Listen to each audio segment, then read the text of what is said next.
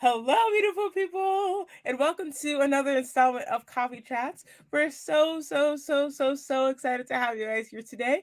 We are currently at Coffee Chat number 41. Whoa, that's a crazy number. Um, I am so honored. Okay, you guys are probably familiar with our faces and names by now, but I am Kyra Dawkins, and today I am joined by the ever iconic. I'm Reilly Vore. And just to sort of share, so you guys have probably seen Reilly sort of on this channel in the past. You're very familiar with her beautiful face. But with that being said, Reilly is now officially going to become one of the co-hosts of Coffee Chats. So you'll see her join the rotation between me and Mackenzie. And of course, we'll continue to have guest hosts as well, like Zara Miller, Emily Vanderbemt, etc. So again, we're just so excited for you guys to be here. And we also have a fantastic guest. I'm always just in awe of her motivation and of her energy. So without further ado, drum roll please. Let's bring on our guest today. Hello, Hannah. Hi, ladies. Hi. How are you? Living the dream, especially with you guys. Been looking forward to this all week. Highlight of my week. So thank you. Yay! Yay. Yay! So why don't you first begin with an introduction so that our audience can know a little bit more about you?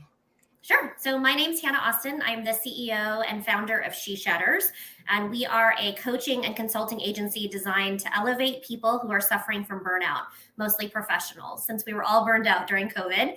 And I launched my first book with NDP and these ladies. They were my champions on January 5th. So my new book is called Hello, Head, Meet Heart. So I guess I am officially an author now. Well, again, we're just so honored to have been part of your journey, and you are an absolute delight to work with throughout the entirety of the process. And so, to officially get things started from a question standpoint, you mentioned that now you are a published author and your book is doing amazingly well, best-selling author and everything. But when was the moment that you knew you wanted to write a book? Oh gosh, I wanted to write a book my entire life. When I was a young girl traveling the world with my parents, I was the only child. And so books were my friends. I was often very lonely living in different countries.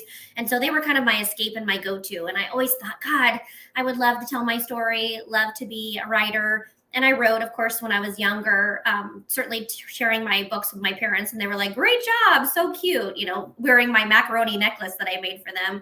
But I never really thought it was possible because talented people wrote books, right? Inspiring and motivated people wrote books. I never knew that I could be one of those people. So partnering with you guys and the NDP really helped make my dream come true and shaping a Hello, Head, Meet Heart into what it is today, an actual book. So, did you have any, just a quick follow-up question? So, as you pressed into this book writing journey, when you started your book writing process, did what you sought out to write become different than what you ultimately ended up writing? I Yeah, guess I is the remember. question. That's a great question, and it's totally it's a journey and evolution, as you guys know. I always thought my first book was going to be about traveling around the world with my parents at a young age as a young girl, because that seemed like it was a memoir, like my life. But I never expected to crash and burn, right, due to burnout after 20 years in my career. And so, honestly, ladies, the book that I wrote, Hello, Head, Meet Heart, started as me writing in my journal. It was my deepest, darkest thoughts, frankly, and emotions and feelings as I was burning out. And it was never intended to be a book until I connected with Eric, who's fabulous, our fearless leader. And he said, you have a book here. You can certainly write it as a memoir, but what about infusing other people's stories? And though that was really a catalyst and journey to start interviewing people, having them on my podcast, and really just infusing my stories and theirs. And I realized how many parallels there were between people of all different genders, ages, who have had suffered burnout or kind of at a pivotal point in their lives when they wanted to know what's next. And so that's kind of how the book transpired and kind of unfolded over time. So it started with the dream of writing a book of me as a young girl traveling around the world, very fun book, right? And it turned into a memoir / collaborative engagement read with people from around the world who had a shared experience, but turned their life into extraordinary times. That is so cool. These next two questions kind of go together, and honestly, I think we might get a lot of we might have a lot of benefit from maybe like you explaining what burnout is specifically, Sure. but also like how did you navigate burnout throughout the book writing process? Because we all know that burnout can definitely happen throughout this process as well.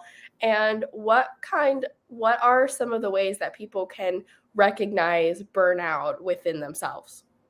Great. Two great questions.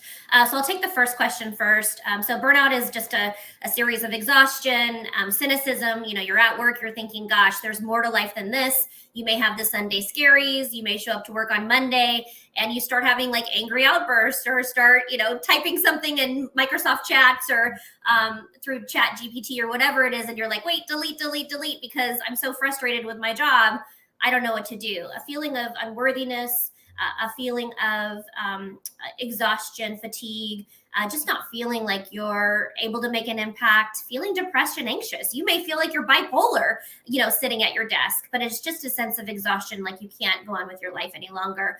A lot of people say it's a work and occupational hazard. I feel like based on present experience and current experience, it was really around personal life and work, right? You can be burnt out in a variety of areas of your life. And the people that are reaching out to me are saying, I'm not only burned out at work, I'm just fatigued and exhausted in general with my life. I'm feeling like a sense of, I can't go on this way, right? A despair. And it's happening across the world, right? Burnout does not discriminate from anyone. And so that's been the biggest challenge, I think, during COVID. Burnout happened before COVID, but I think it got worse. To answer your second question is, how did I navigate burnout during the book writing process? I'm going to be completely honest. This was not my first burnout rodeo. I first burned out in 2002. And so I first started in the senior housing and healthcare industry at the age of 21. So I managed 100 people when I was 21 and 22. And so I learned how to fake and move quickly, paddle frantically behind the scenes, and look perfect on the outside. I mastered that. And that's how I grew up for 20 years, ladies. And so I think one of the biggest pieces is when I look back on my 20-year career, I can see the first time I burned out. I was in the hospital 2 years after I started my first job because I worked 24/7. I've basically worked 60 hours a week since I was 21 years old. And so when you have a sense of your self-worth is wrapped into what you do, your title, who you are, when your self-worth is wrapped up into 2 cell phones 24/7 in a healthcare environment, when you grow up being reinforced through promotions, relationships, moving up the line in your career by what you're doing is working, you keep doing it, right? So if you get promoted and you start living the life that you want to live, so you think, that reinforces those behaviors of burnout. So I had to be very conscious in this book writing process of not burning out again, because it would have been my 5th time. And wouldn't it be ironic if I'm writing a book on how to avoid burnout or help people recover from burnout, but yet I am burning out myself again? So I think as coaches, as CEOs, as authors, we sometimes do as we say, not as we do. And to be completely honest, I did have a setback, and I talk about it in my chapter. I'm very honest about setbacks and blessings, where I talk about the fact that I did start to lean towards the old burnout tendencies, but I caught myself. And I caught myself because I was interviewing a woman who was describing exactly what I was doing at that moment in writing that book process. And I was like, aha, I know what my trigger is. I know how to stop it.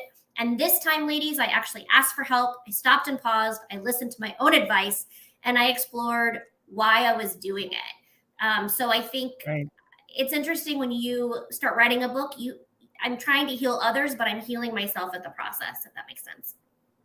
Huh. I mean, it's interesting how it's kind of like it kind of coincides with the notion of like the catharsis of creation. Like Yeah. as you are crafting the image, you're also holding up a mirror. It's like it's a multifaceted process in that way. And I'd imagine, particularly when it comes to, since your book aligns so much with the actual process of creation or the potential repercussion of creation being burnout, it's natural that you kind of wrestled with that relationship in the very production of your book. Absolutely. Really And I know you guys understand this as authors.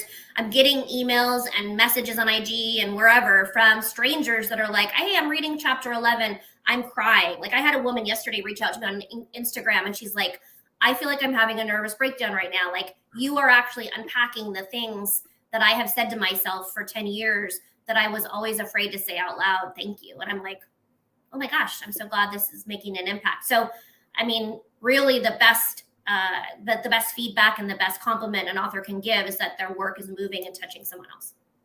Mm-hmm.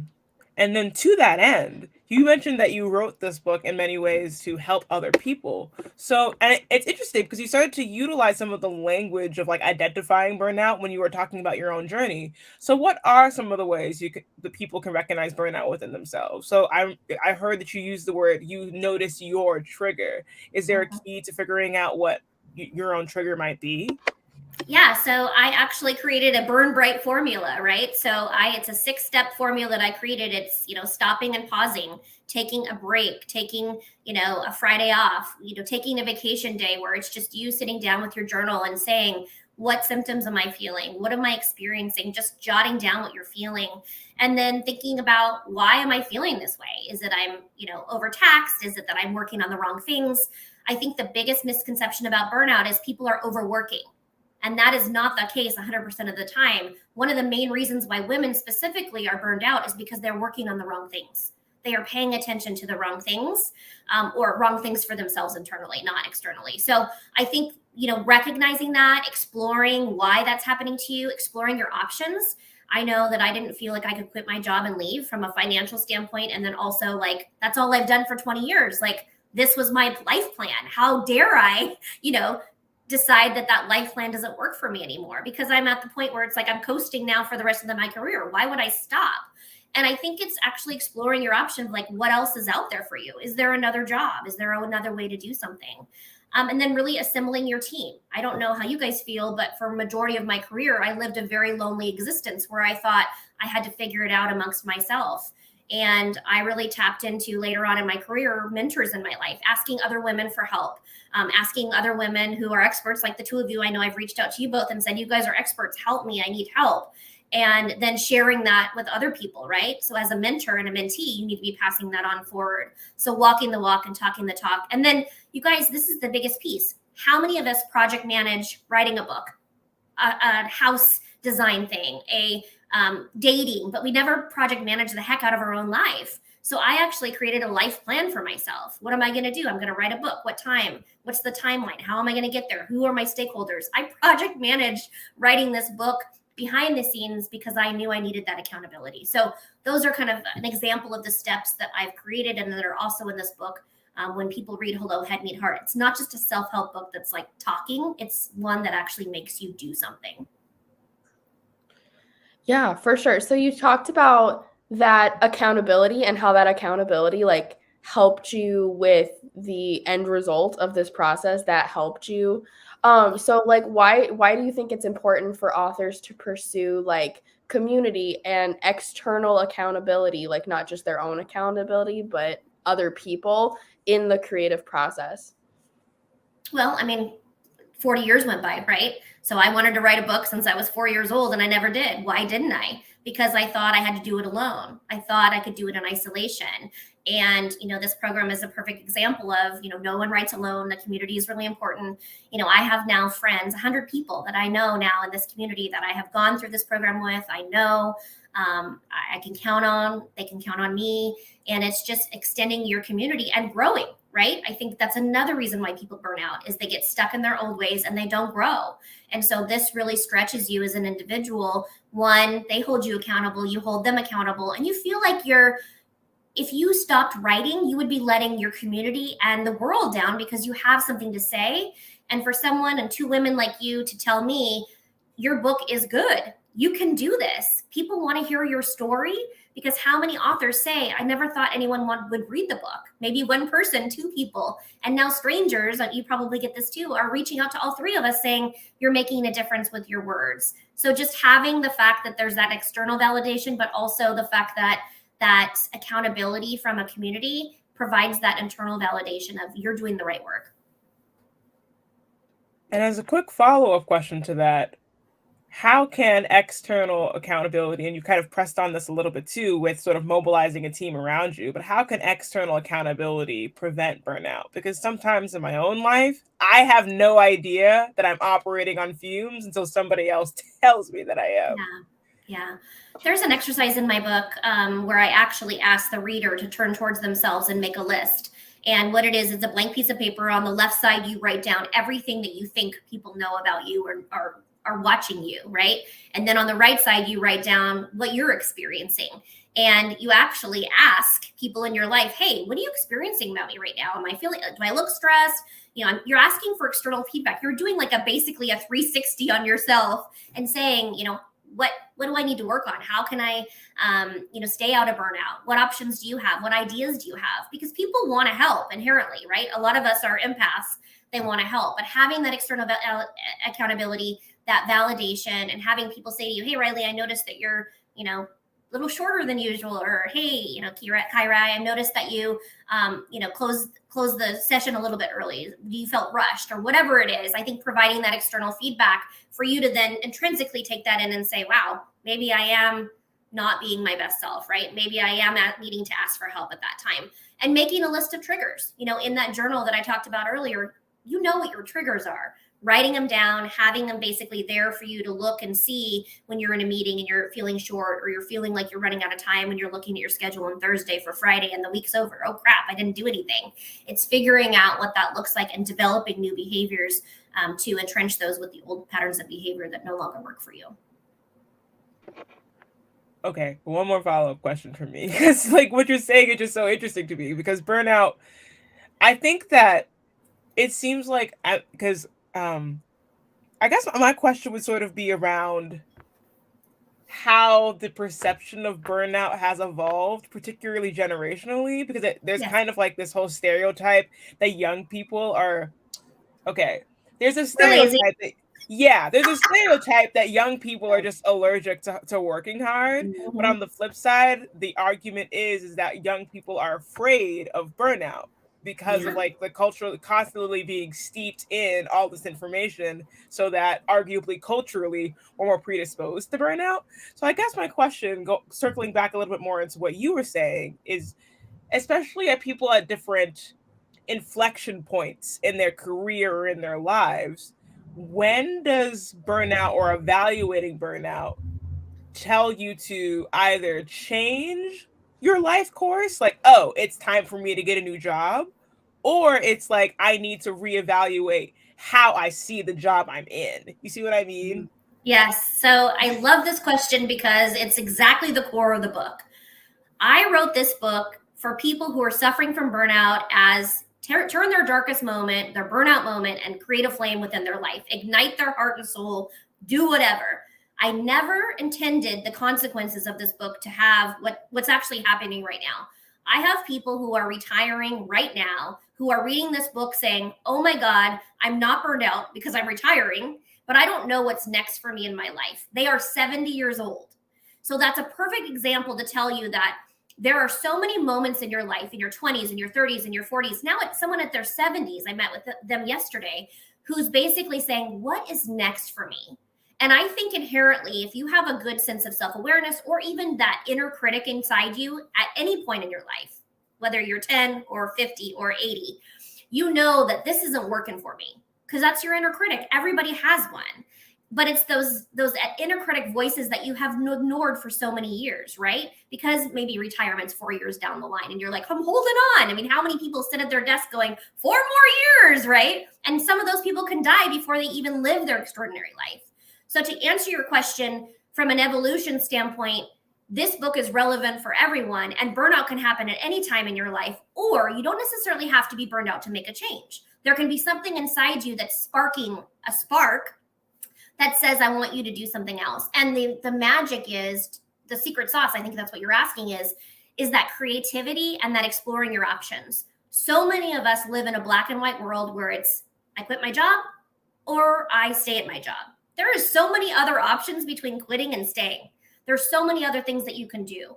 And so part of reason why I ask them to, hire a coach like me or whoever else in their life, where they start to explore, maybe I need to take an art class. Maybe I need to take a dancing class. Maybe I need to reconnect with my partner. Maybe I need to really figure out what this dream was that I've had on my heart for 50 years and explore what that looks like. Because you can have a job that you are just going to pay the bills, but then you can also have a side passion project that is igniting your heart and soul at the same time. You don't have to choose a black and white life or a colorful life. You can have, like what I call it, an extraordinary life where you can decide and design what you want. But in order to do that, you have to stop and pause. You have to say, well, what do I really want? And you have to follow that golden thread and start exploring and creatively exploring new ways. And that's my chapter, Creativity and Play, bringing creativity back into your life, bringing play into your life. So you're discovering what it is you truly want, because often people know what they don't want, but they don't know what they want. And that's where the exploratory phase comes in. Does that make sense? Oh, absolutely. Yeah, for sure. And it made me think, something you said made me think, I don't know if you've read any of Jordan Lee Dooley, but she wrote this book that she kind of talked about how she thought she was like indecisive her whole life, but she actually kind of like redefined that and found out that she kind of like coined this phrase of being a multi-passionate being. Do you find that like burnout happens when people don't know what part of themselves to like tap into? Do you find like that being an issue where they're like, I have so many things that I love and that I would love to be doing, and I don't know where to go? I think burnout also, I mentioned this earlier, it's not just overworking, it's underutilizing who you truly are. And I think there's many of us who live a black and white life. We just go to work and it's like, okay, we have kids and this is all there is to life. And, you know, we may go to bingo or have a social, whatever that is, but we've never really tapped into, gosh, I wanted to take a dance class, or I wanted to be a writer, all these things. I can't tell you how many women and men tell me since I've written this book, I've had a dream on my heart for 40 years and I've never done anything about it. And the first question I ask them is, why? And the second question is, what would it look like if? Those are kind of the two kind of catalysts for them. But to answer your question, I mean, the reality is if you're not tapping into your spark in any facet or asset of your life, your flame is being dimmed, right? You're not feeling that passion and ignitement inside. And so I feel like everyone's responsibility before any external resources and before meeting any external needs is to figure out what that is for yourself. And you have to be in a quiet, disciplined space to do that. And it doesn't mean a vacation, because sometimes people take their kids to Disneyland, and that is not a vacation for you to decide what you want to do with your life. It needs to be a quiet moment where you have access to access your head and your heart, which is what the book's all about. Oh yeah, there's nothing quiet about going to Disney. No. No. I can't tell you how many people. I mean, I have managed hundreds of staff for 20 years. I mean, they would come back from vacation and they'd say, I'm already burned out from my vacation. It's like, well, you didn't access your head and your heart. You didn't give yourself opportunity to say, is this the life I truly want to live? Mm-hmm. Yeah. At Disneyland. Exactly. I mean, if it weren't for so much of like the themes that you explore, your book personally resonate with me, because it weren't for my own like burnout moment. It's weird because I guess a lot of like older people tell me like, Kyra, you're too young to be burned out, blah, blah, blah. But that's beside the point. If it weren't for my own burnout moments, I would not be here, because if I had stuck to my original life track, I would be in med school right now on track to being a pediatric neurologist. Like, that's what I was convinced I was going to do. And so much so, my first year of college, I refused to take any creative writing classes. I refused to do any writing on the school newspaper, because I'm like, that'll distract me from being a doctor. I was miserable. And then I was like, okay, I'll do all the writing classes. And now I'm here. Yeah, I mean, in my book, I wanted to be a CEO. But the question is, a CEO of what? And that's why I have the chapter, Become a CEO of Your Own Life. It's basically, right. I didn't want to be a CEO. I just wanted to feel like I had control of my own life. I wanted to choose my own life. I didn't want society to choose it for me. Yeah, exactly. And I feel like Kyra and I graduated in the early days of the pandemic. So I feel like we were our generation was kind of like forced into that quiet moment, which I think, looking back on it now, you know, like 3 years later, hindsight's 2020, might have been like a little bit of a blessing in disguise because of the burnout that you're talking about. I mean, I was on a very similar path to Kyra. I would be probably getting my PhD right now, be ready to teach in college. And when all of my plans got derailed, I was like, fine, I'm going to do something I've always wanted to do my whole life, and I'm going to write a book. And here we are. So, I mean, I think our generation was almost forced into that quiet moment that you're talking about. But isn't that interesting that we have to, before we make a change, often as women, not to generalize, but we have to be forced, whether it's a pandemic. For me, it was in the hospital having high blood pressure. I mean, my body was forcing me to stop. I mean, I would still, honestly, I keep telling people, if it wasn't for the pandemic and me being hospitalized or in the hospital, I'd still be working where I worked. I would still be doing it. And I'd probably have a stroke or a heart attack. I mean, I know that sounds really doom and gloom, but I think it's true. Yeah, for sure. It is crazy sometimes how life circumstances give you what you need. But moving on with one of the questions we had planned, where do you enjoy engaging with the writing community the most? Oh gosh. I mean, I feel like I'm learning something new every day. Like today, someone nominated me for some pen craft award or something. I'm like, what is that? I think it's just being exposed to so many different things, learning about Amazon ads, learning about marketing and advertising. I just did a radio and media tour, learning how to speak in public. It's just constantly the learning. And I think the other piece is in the writing community, there's so many different ways to do it. So many different ways that people have found. And for me, I'm just like, I feel like I'm a researcher. Like I'm asking different people different ways to do things and asking them for tips and tricks and then sharing mine as well. So I think it's this warm, collaborative environment where you're sharing ideas, sharing feedback, sharing tools, expertise, and feeling like you guys are all kind of in the same boat, right? We're all kind of, the goal is to share our passion, share our love, create the biggest reach, whether some people want to monetize that, some people just want it for impact. But I'm just really enjoying feeling like I'm part of a new community, which I didn't feel like I really had before. For sure. I just realized I was on mute. Beautifully said. It's so, I guess another quick question a quick follow-up question that I have, sort of like pressing into this community point. You've kind of alluded to the stories that you're hearing from people who are reading your books about how in reading your book, their understanding of their life path or their understandings of burnout have changed. Has anything that you've heard from your readers changed how you see burnout? Yeah, I mean, I think, like I mentioned earlier, I think the intentional consequences of this is for burned out people. I'm going to, try to sell it to people who are professional who are suffering from burnout. No, I mean, I think it's people who, have had a death in their life or who are retired or someone who's actually, she wrote a review on Amazon. She's like, I'm not burned out, but I think a lot of tools in this book are really helpful for me to prevent burnout, right? It's also a prevention tool. Mm-hmm. So I think having the unintended consequences in that way, but I think ultimately is, just making sure that I'm continuing to learn from my readers. The beta reader process, which you guys know specifically, you both helped me on, having that early on and engaging with the audience. I have to say the feedback that I got was raw and real from a lot of readers. And I incorporated that. Like I actually took the time and incorporated what the readers were saying.